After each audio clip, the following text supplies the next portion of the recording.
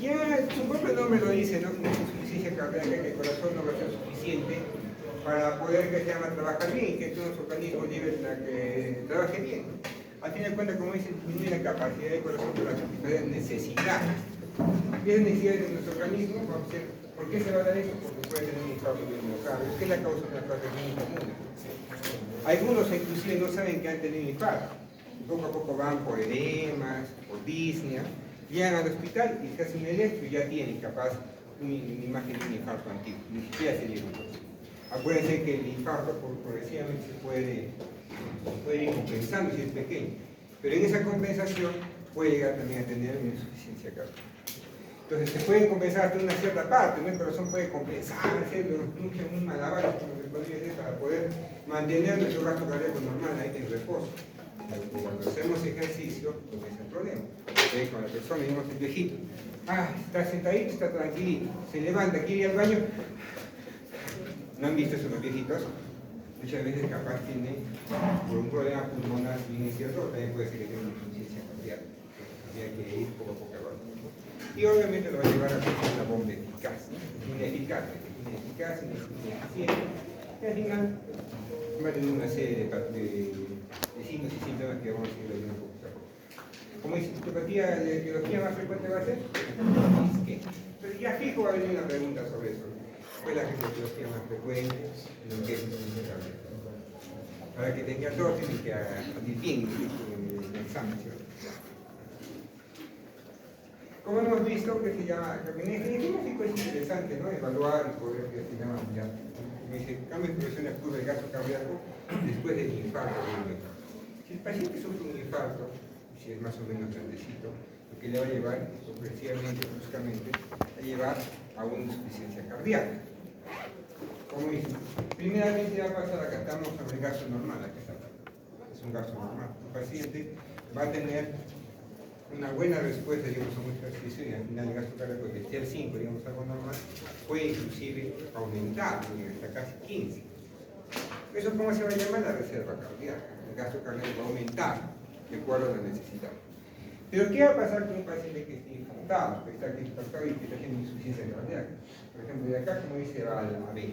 Quiere decir que prácticamente se va a ver plano esta curva. ¿Y cómo va a estar el gasto cardíaco? El gasto cardíaco disminuye. Y con el gasto cardíaco está disminuido, ¿qué va a pasar con la presión en la aurícula derecha? Poco a poco va a ir incrementando. Se va a llegar y va a llegar sangre, pero el corazón va a poder botarlo rápidamente, pues se va a acumular, se va a ir. Y ese encharcamiento en la aurícula obviamente va a generar que aumente progresivamente la presión en nuestra aurícula. ¿Estamos de acuerdo? Va a ser tanto en la aurícula derecha, porque todos podemos la aurícula derecha porque es lo que podemos medir rápidamente. En la aurícula izquierda podremos medir rápidamente. Es fácil poner un catéter hasta la aurícula izquierda, difícil, sino más rápido puedes medir la aurícula derecha. Puedes medir acá la parte de la aurícula derecha. Y como vemos, poco a poco va a tratar de compensar. Como dice acá, de 30 segundos después de esa caída de nuestro gasto cardíaco por ese infarto, puede ser de nuestra manera compensar. Al final puede llevar a una insuficiencia cardíaca compensada. ¿Qué quiere decir una insuficiencia cardíaca compensada? Que miren, hay que todo el esfuerzo, acá normalmente es esta parte de acá, y mucho puede, digamos, relativamente a cambios o requerimientos puede llegar hasta 15. Pero ¿qué va a pasar? Cuando ya tenemos un daño estructural, si bien es cierto, en el reposo, miren, hasta acá puede llegar prácticamente a 5 litros, lo que es normal en el reposo. Pero ¿qué pasa si este paciente tiene que correr? ¿Podrá aumentar? No va a poder aumentar. Por más que le pueda llegar más cantidad de sangre a nuestro aurícula, igual ahí va a quedar, prácticamente va a ser su límite. Y por eso es que ustedes cuando están con el paciente que está con insuficiencia cardíaca, sentadito está tranquilo, pero que cuando comienza a caminar, cuando comienza a hacer un esfuerzo, se va a agitar, va a tener problemas. ¿Por qué? Porque ya su corazón no va a ser lo suficientemente capaz para poder brindar todo el requerimiento de oxígeno, nutrientes para ese paciente. ¿Estamos de acuerdo hasta ahí? ¿Cómo se va a llamar eso? Insuficiencia cardíaca compensada. Muchos de los pacientes están con insuficiencia cardíaca compensada. Cuando se descompensa, es el problema, porque si descompensa y no la compensamos rápidamente, es un círculo vicioso que al final ¿a qué va a llevar? A la muerte.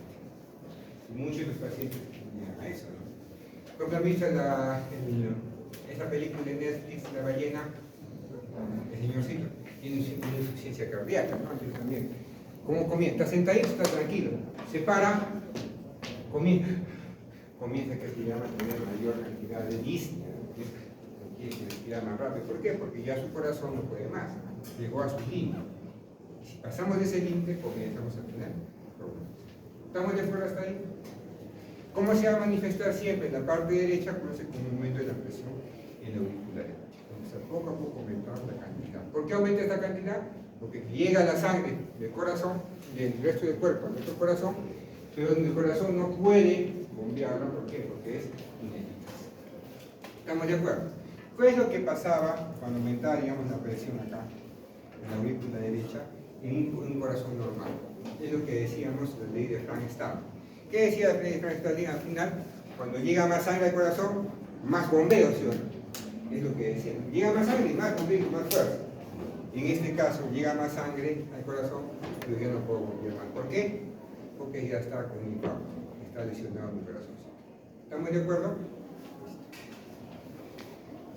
Como he dicho, se va a manifestar con un gasto cardíaco reducido, como esto acá, o una presión de llenado alta. No hay presiones de comienzan a aumentar progresivamente.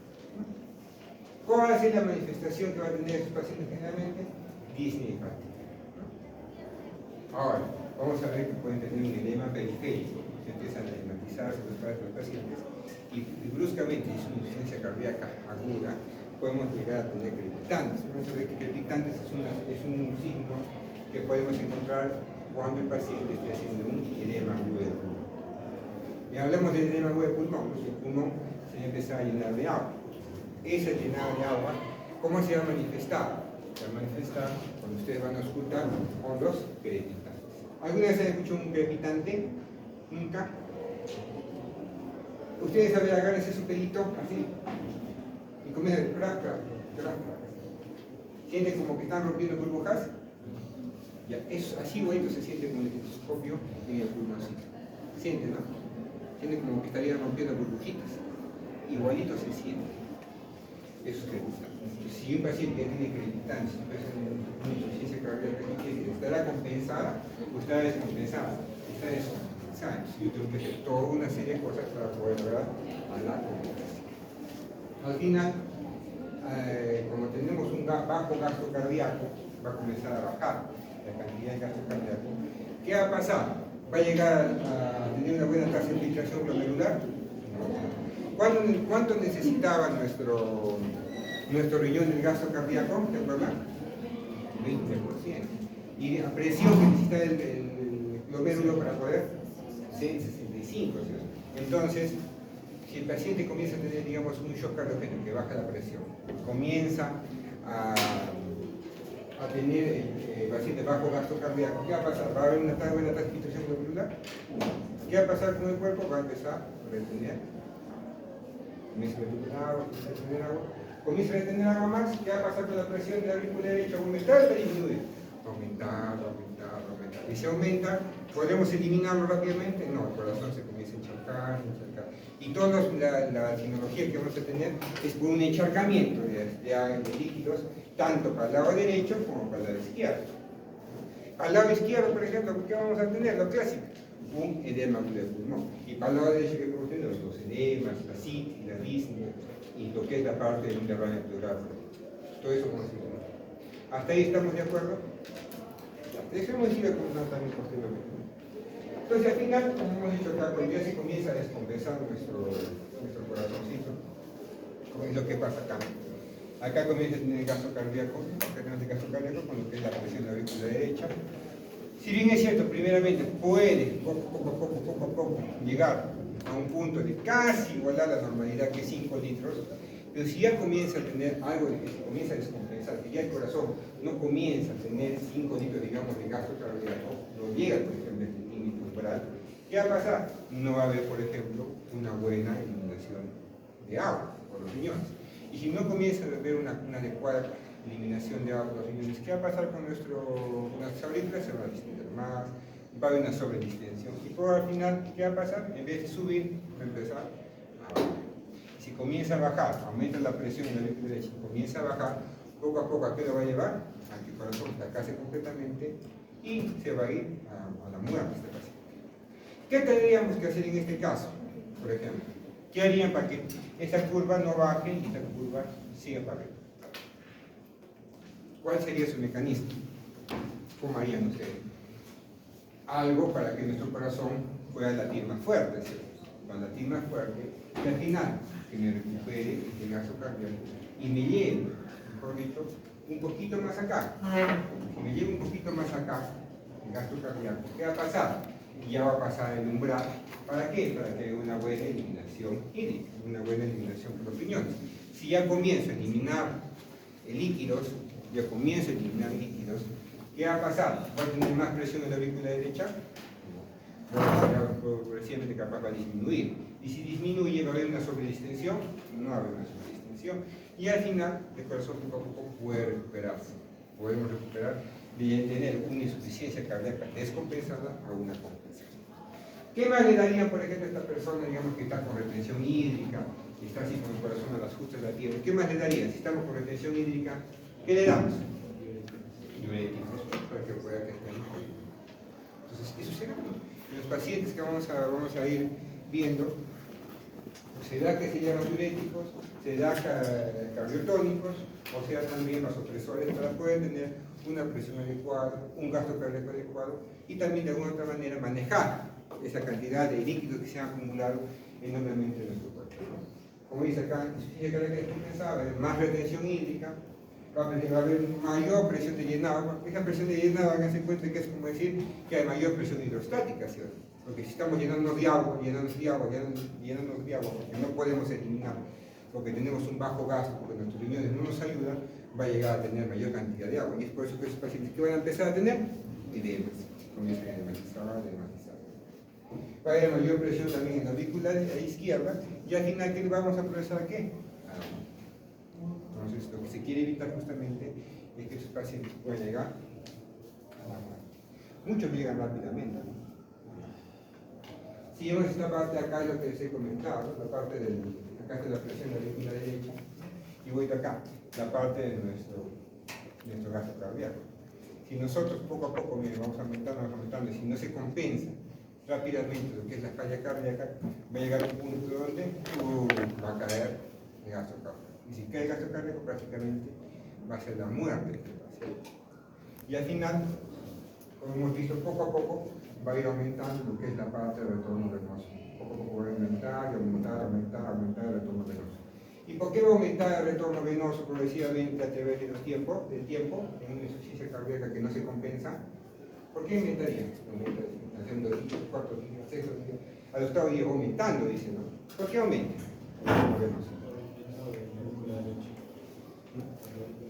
Sí, puede ser que es cierto, pero otra cosita más, ¿estamos eliminando líquidos o no estamos eliminando líquidos? ¿Tenemos más sangre supuestamente?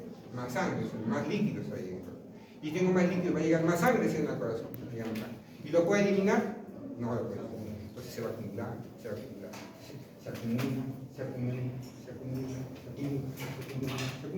¿Y ese acúmulo qué va a hacer? ¿Dónde va a repercutir? En la aurícula derecha. Más llena. Si está más llena, ¿qué va a pasar? Más presión. ¿Estamos de acuerdo? Y al final, ¿a qué va a llevar? A la muerte. Si no, la compensación. ¿Qué tendríamos que dar acá? Algo que esto ya pase este umbral, para que esté ahí, digamos. Con eso que ya pase este umbral, ¿qué va a pasar en este punto? Ya va a poder eliminar agua. Si yo elimino agua en este punto de acá, ¿no aumentará ya el retorno venoso o va a ir bajando progresivamente? Va a ir bajando, porque ya estoy eliminando agua. Y si yo voy bajando, ¿me va a aumentar o me va a disminuir la presión de la aurícula derecha? Va a ir disminuyendo. Entonces, de alguna otra manera, yo estoy feliz, ¿cierto? Porque si disminuye mi presión en la aurícula derecha, ¿qué quiere decir? Que ya no tengo bastante retención. Entonces, ¿cómo yo puedo ver esa presión? ¿Cómo yo puedo ver si mi aurícula se está extendiendo? ¿No? Está más llenándose de agua, pues está menos llenando de agua. Con un biomarcador que justamente va a decir si se estira o está casi menos estirada. ¿Está bien estirada o menos estirada? ¿Cómo se llama ese péptido? El péptido natriurético. Entonces nosotros en la práctica clínica, nosotros vamos a hacer seguimiento inclusive de insuficiencia cardíaca, justamente con el péptido natriurético, que justamente se va a eliminar, se va a secretar cuando haya una distensión de todas las fibras auriculares. Se distiende y se va a secretar. Si comienza a bajar la presión, ya no se comienza a distender el músculo. Entonces, ¿qué va a pasar con el péptido? Comienza a bajar. Entonces, si yo tengo un paciente que está con insuficiencia cardíaca y encuentro con 10.000 de ProBNP, digamos, si yo le doy diuréticos, le doy un buen cardiotónico, le doy dobutamina y me orina bien el paciente, estoy feliz y con él, yo no tiene créditos, al día siguiente, ¿cuánto debe estar de ProBNP? Capaz está en 5.000.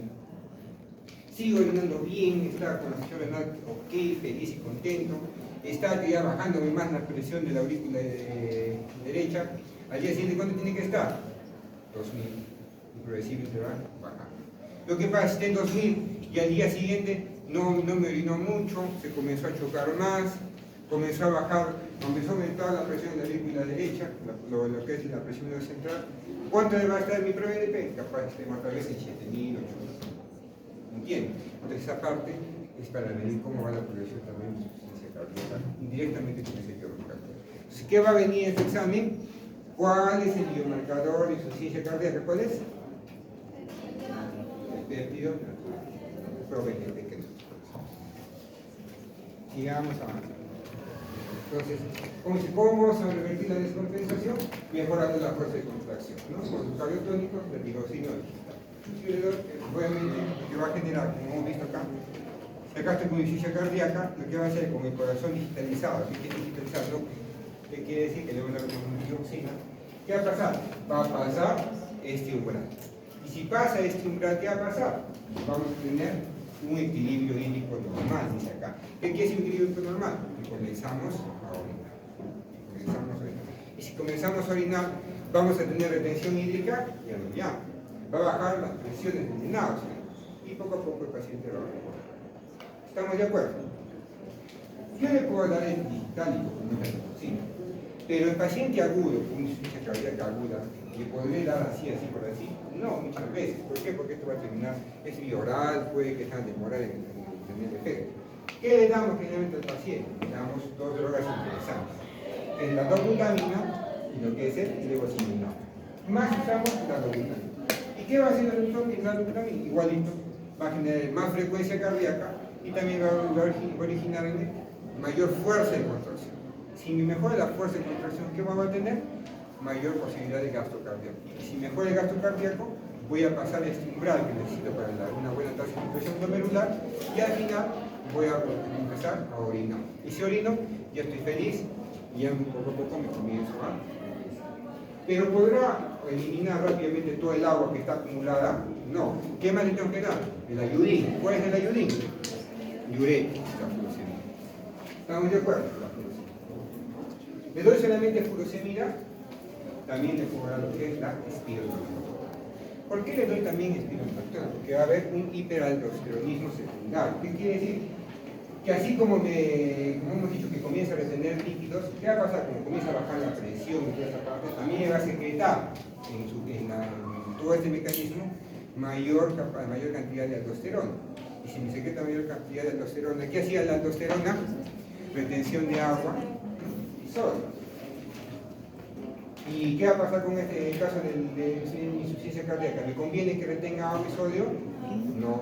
Triste mi vida. ¿Qué le tengo que dar? Algo que me bloquee justamente la infección. ¿Qué le doy entonces? Espironolactona. ¿Está clarito esta parte? Entonces, así va a pasar. ¿Qué más le voy a dar? Muchas veces, ¿qué más le doy? Le doy vasodilatador. ¿Qué vasodilatador le puedo dar? Le puedo dar lo que es el nitroglicerina. Y esto, como va a ser una vasodilatación, va a disminuir tanto la precarga como la fusión. Entonces también le doy la vasodilatador. Y en la dieta, si es que el paciente todavía está consciente, ¿qué le voy a decir al paciente? Que obviamente que tome menos, que se restrinja la cantidad de líquidos que vaya a tomar, ¿no? Y menos cantidad de sal. Si yo doy más sal, más retención de agua, va a generar mayor problemas secundarios en su insuficiencia cardíaca. ¿Está clarita esta parte? Se van a olvidar. Entonces, de esta diapositiva, de hecho, va a venir una pregunta. ¿Sí o sí? Entonces, cuando hablamos ya de insuficiencia cardíaca, vamos a tener efectos, como dice acá, retrógrada y anterógrada. Retrógrada hacia atrás, anterógrada hacia adelante. Tenemos un gasto cardíaco, dice bajo, acumulación de sangre de uno más por ventrículos, retrógrada, ¿qué ha pasado? Hacia acá atrás, digamos, si acá se acumula, no puede eliminar. ¿Qué ha pasado? De forma retrógrada, ¿quién me va a elevar la presión? En la aurícula izquierda. Si me eleva la aurícula izquierda, ¿quién se eleva también? La presión de capilar pulmonar. Y se eleva acá la presión de capilar pulmonar, ¿qué va a generar? Edema. ¿Qué va a pasar? El paciente que va a empezar a tener disnea, crepitantes, y poco a poco, si tiene un edema agudo de pulmón, ¿qué puede hacer la tecnología? Que comience a expectorar esputo hasta pulmonar. Comienza con él. ¿Qué decimos si vemos eso? Ya está con. ¿Cómo dice? Y lo que es anterógrado hacia adelante va a ser un aporte arterial inadecuado. Si eso va a dar un aporte arterial inadecuado, ¿quién va a sufrir? Principalmente nuestros riñoncitos. Si sufren nuestros riñoncitos, vamos a poder eliminar buena cantidad de agua, no, proceso de tener agua, y aquí vamos a tener lo que son los edemas de insalación progresiva, no más de insalación rápida. Y que es rápido, ¿cuál va a ser? El edema agudo. Es por eso que cuando hemos visto la parte de infarto agudo del miocardio, una parte por lo que fallecen los pacientes con infarto agudo del miocardio, ¿cuál era? Edema pulmonar, porque apenas le da el infarto, en el que estoy llegando al hospital, ya capaz, como ya mi corazón no comienza a tener ya, se comienza a poner insuficiente, al toque, el primer signo, ¿cuál va a ser capaz? Si es grande, un edema pulmonar. Yo me acuerdo que estaba en la rotación y el paciente lo llevan al cineangio, pues lo que estamos comentando, ¿no? Hacer la repercusión. Y estaban ya, vas a mirar acá, yo estaba ahí por si acaso, cualquier cosa. Y de repente nomás le están haciendo el cateterismo y de repente nomás comienza a toser cualquier cantidad de esputos salmonales, a atorarse. Y me acuerdo que ya tenía que intubarlo, ¿no? Poner el tubo para poder ayudar. No se podía ni mirar, porque tanta cantidad de espuma botaba por la boca. Nunca, increíble, ¿no? Como se murió al final el paciente. Era un infarto extenso, ¿no? Al final le pusieron, no se veía, pero se murió por un shock cardíaco. Lo terrible, ¿no? Porque yo siempre me acuerdo cómo botaba de espuma ese paciente. Nunca he visto después de eso así que fuera tanta cantidad. Entonces, estamos claros, esta parte, ¿no? Se van a olvidar, pero que no. Retrógrada y anterógrada. Entonces, si hablamos de la parte retrógrada hacia atrás, ¿qué va a pasar? Vamos a ver tanto el ventículo izquierdo como el ventículo derecho. Si vamos al ventículo izquierdo, ¿qué vamos a tener? Mayor presión de llenado pulmonar medio, y al final, ¿qué nos va a llevar? A una presión capilar pulmonar aumentada. ¿Qué quiere decir? Si este no bombea muy bien, ¿dónde va a llevarse la presión? Acá. Si se le da la presión acá, acá más presión, y acá llega más presión. Y al final, como hemos dicho, ¿qué va a llevar? A un edema pulmonar. ¿Hasta cuándo se eleva la presión capilar pulmonar? Dice hasta más de 28, se eleva inclusive la presión capilar pulmonar. ¿Cuál era lo normal, se acuerdan? 100, mira, hasta 28, 4 veces más. Y así comienza a tener, poco a poco, esto es el poco a poco el agua. ¿Cómo se va a manifestar? Primero con la disnea. ¿Estamos de acuerdo? Si es algo completamente, y es algo exagerado, decimos en el esputo hasta el y todo eso. Y si es el ventículo derecho, obviamente, no va a poder eliminar, no va a poder botar hacia acá, ¿no? Es decir, inyectar la sangre, obviamente se queda más presión acá, y más presión acá, más presión para arriba, y obviamente más presión hacia abajo, más presión. Acá, ¿quién está? Nuestro hígado. Si se comienza a llenar de sangre nuestro hígado, porque retrocede, no tiene más presión para hacia acá, porque no se elimina la sangre, ¿qué va a pasar? ¿Qué va a pasar con nuestro hígado? Se va a llenar, se va a congestionar nuestro hígado. ¿Y qué nos va a dar? Un descarga. Más para acá que tenemos el abdomen, ¿qué nos va a dar? Así lo van a probar. ¿Estamos de acuerdo? Y al final, obviamente, también nos puede dar edema miembros inferiores.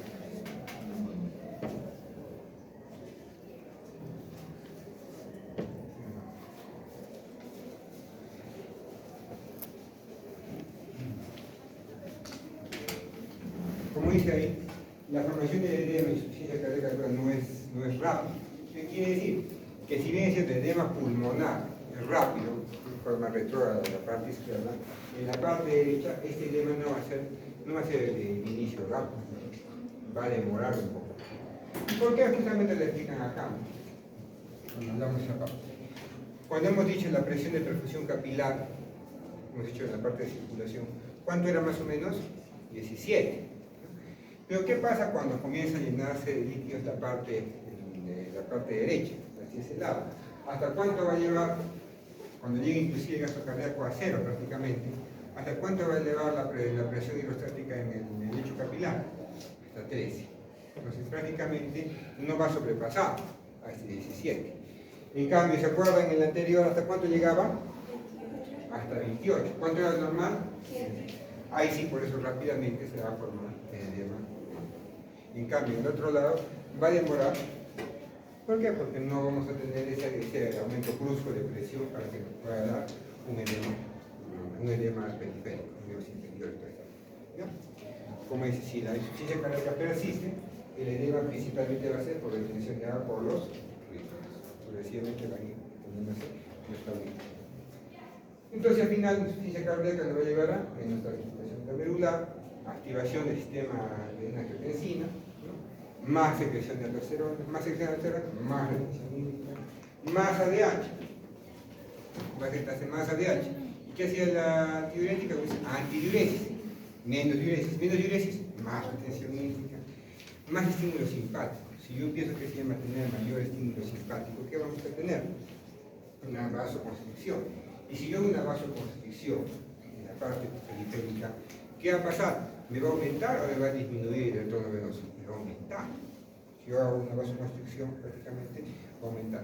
Más vasoconstricción que va a llevar, mayor cantidad de aumento de las presiones en el lado derecho. Si me aumenta más presión en el lado derecho, ¿qué va a generar?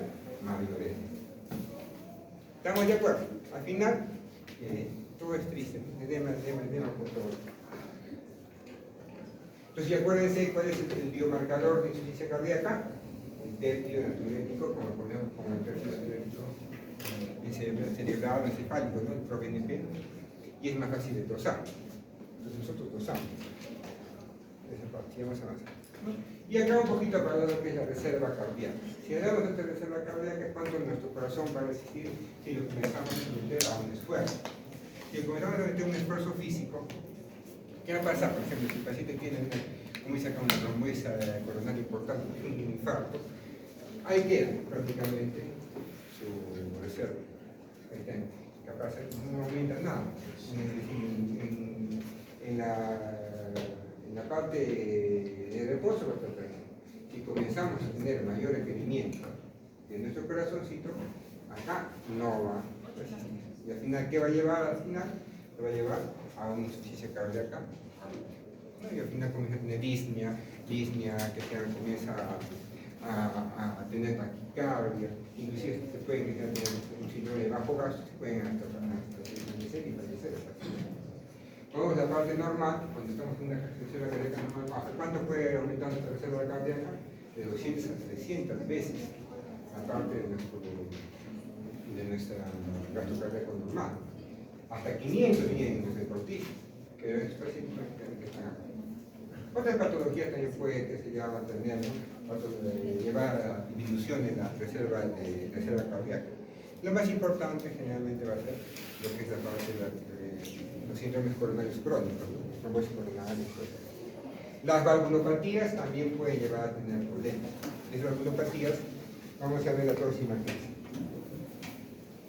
Entonces, hasta ahí la parte de lo que es insuficiencia cardíaca. Ahora vamos a ver cómo se manifiesta insuficiencia cardíaca.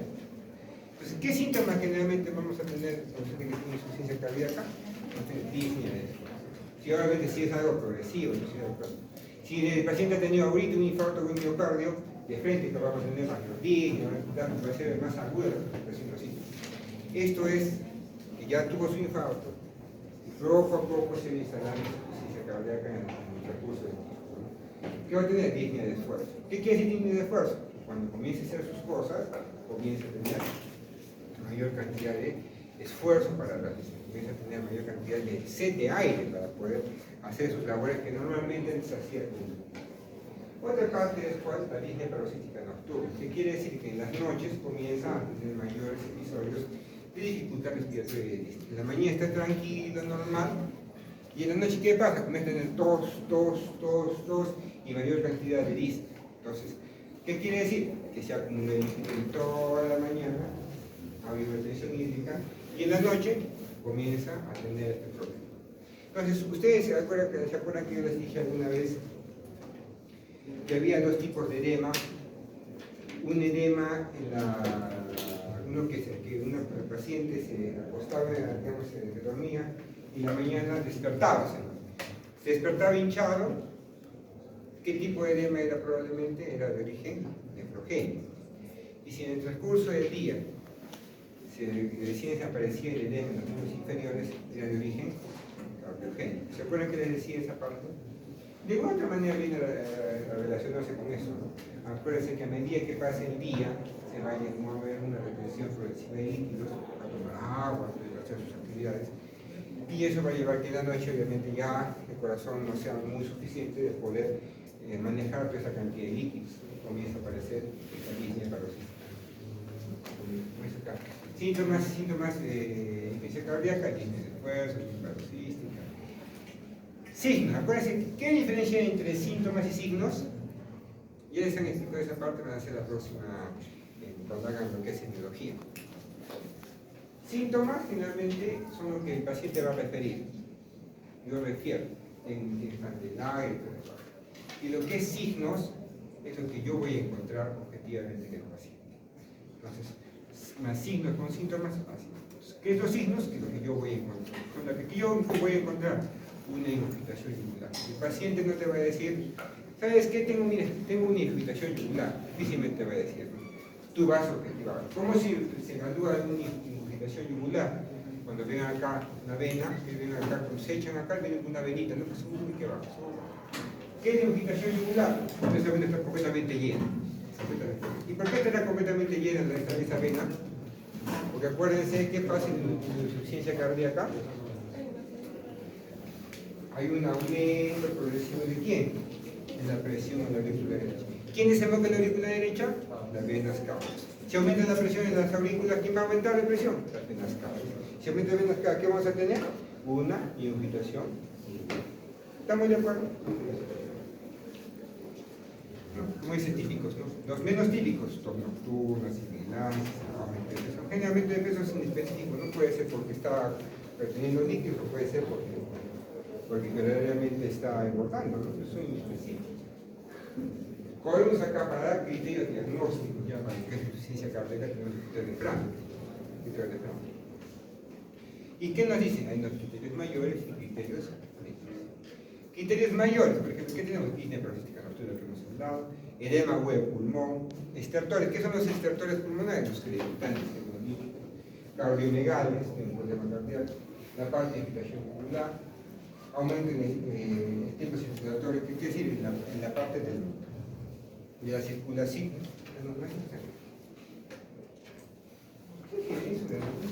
No he visto cómo es el aumento del tiempo circulatorio. Voy a revisar esta parte, no la he visto. Reflujo hepatoyugular. ¿Cuál es el reflujo hepatoyugular? Comenzamos a apretar acá en la parte inferior del hígado y comienza a tener una insuficiencia cardíaca, o sea, una inspiración yugular. Apretamos acá y comienza acá arriba a tener mayor cantidad de inspiración yugular. Eso es el reflujo hepatoyugular. Y lo que son los criterios menores, el tobillos, taquicardia, tos nocturna, o sea, son menos específicos, ¿no? Como dice acá, el diagnóstico de insuficiencia cardíaca se hace con la presencia de 2 criterios mayores, o si no, un criterio mayor y 2 menores, ¿no? Se hace así el diagnóstico. Entonces eso lo van a ver más que todo en la parte de lo que es semiología. Como dice acá es interesante es, o sea, es fácil cuando se da, cuando tiene una sintomatología clásica, el paciente tiene un infarto y rápidamente como sí, tiene un paciente, ya tiene una insuficiencia cardíaca. El problema va a ser cuando tiene comorbilidad. Si el paciente comienza a tener comorbilidades, ¿qué quiere decir? Que el paciente, por ejemplo, el infarto no le va a dar a una persona joven, le va a dar a una persona mayor, ¿sí? Entonces, si el paciente mayor, ¿qué va a tener? Va a tener capaz su fibrosis pulmonar, su enfermedad pulmonar obstructiva crónica, su EPOC, ¿no? O capaz tiene su cirrosis, ese tipo de cosas. ¿Será fácil diagnosticar? ¿Será esa tos por la fibrosis? ¿O será esa tos por la insuficiencia cardíaca? Difícil. Eso es complicado cuando tiene comorbilidad. ¿Qué tomarían entonces para definir si es una insuficiencia cardíaca o no es una insuficiencia cardíaca? El pértido natriurético nos va a ayudar bastante para definir si es que es una insuficiencia cardíaca. Entonces, por ejemplo, acá vemos el diagnóstico de insuficiencia cardíaca con presión de eyección reducida, moderadamente alterada o preservada. ¿Qué quiere decir? Lo que nosotros estamos viendo normalmente es cuando nosotros tenemos insuficiencia cardíaca con gasto cardíaco bajo, o lo que conocemos también como una FEBI baja, que quiere decir una fracción de eyección del ventrículo izquierdo bajita. Normalmente, cuando está una FEBI mayor del 50%, decimos que la fracción de eyección está preservada. ¿No? De hecho, ¿cuánto es la fracción de eyección? Inclusive 60%. O sea, mayor o igual a 50% todavía está normal, ¿sí? Prácticamente decimos acá una insuficiencia cardíaca con la fracción de eyección preservada. Pero cuando comienza a bajar, decimos ya que tiene una insuficiencia cardíaca con la fracción de eyección moderadamente disminuida o con la fracción de eyección reducida. ¿Cuándo decimos que es reducida? Cuando la FEBI es de 40%. ¿Cómo decimos eso? El 40% cuando nosotros usamos la ecocardiografía, ¿no? Nosotros hacemos nuestro ecocardio y nosotros vamos a tener cómo está nuestra fracción de eyección. Entonces, para definir esta parte es prioritario que tener la parte de tener un ecocardiógrafo, ¿no? Para poder ver nuestro corazoncito y ver cómo está la fracción de eyección. Ya lo hemos visto, ¿no? Que hacemos en el directo, cómo sucede. ¿Qué más? Si tiene una fracción de eyección moderada y preservada, va a ser un poquito difícil definir si verdaderamente es una insuficiencia cardíaca o capaz tiene otra patología, ¿sí? Entonces, ahí entraría algunas otras cositas. Por ejemplo, ¿cuál? El dosaje del pértido natriurético. Si el paciente tiene un pértido natriurético elevado, y así inclusive la FEBI entre 40 y 49, ya tenemos una insuficiencia cardíaca de fracción de eyección moderada. Y obviamente, acá, si ya está el paciente con una FEBI inclusive mayor de 50, parece que está normal, puede ser, pero si tiene un pértido natriurético elevado, puede ser que el paciente ya tenga insuficiencia cardíaca con fracción de eyección preservada. ¿Estamos de acuerdo? ¿Se van a olvidar esta parte? Creo que no es lo más bonito. ¿Cuál vendría a ser? Esta parte de acá, que yo le hago contiene los signos clásicos, ¿no? Escritura diafragmática, todos con y contextos, y hago la fracción